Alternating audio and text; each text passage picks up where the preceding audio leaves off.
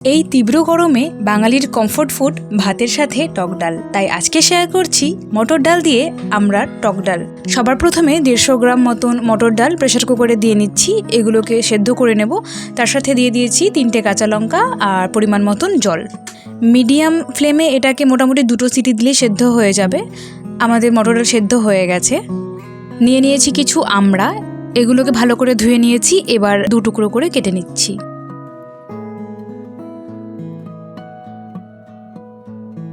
আমড়াগুলো কাটা হয়ে গিয়েছে। এদিকে কড়াই গরম করে নিয়েছি, দিয়ে দিচ্ছি সর্ষের তেল আর ফোড়নের জন্য দিয়ে দিলাম শুকনো লঙ্কা আর গোটা সর্ষে।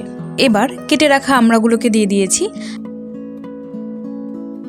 আর সামান্য নেড়েচেড়ে নিয়ে আমরা সেদ্ধ করা মটর ডালটা দিয়ে দিলাম আর দিয়ে দিলাম সামান্য গরম জল। এবার খুব ভালো করে এগুলোকে মিক্স করে নিচ্ছি। দিয়ে দিলাম স্বাদমতো লবণ আর সামান্য হলুদ। এবার ভালো করে মিক্স করে নিচ্ছি। এটাকে ফুটে আসার জন্য কিছুটা সময় দেব। এই গরমে বেশি তেল মশলা রিচ খাবার অ্যাভয়েড করাই ভালো।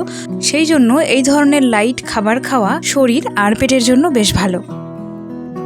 ডালটা ফুটে এলে সামান্য একটু চিনি দিয়ে টেস্টটাকে ব্যালেন্স করব। আমড়া দিয়ে টক ডাল আমাদের রেডি। একটা বাটিতে নামিয়ে নিচ্ছি।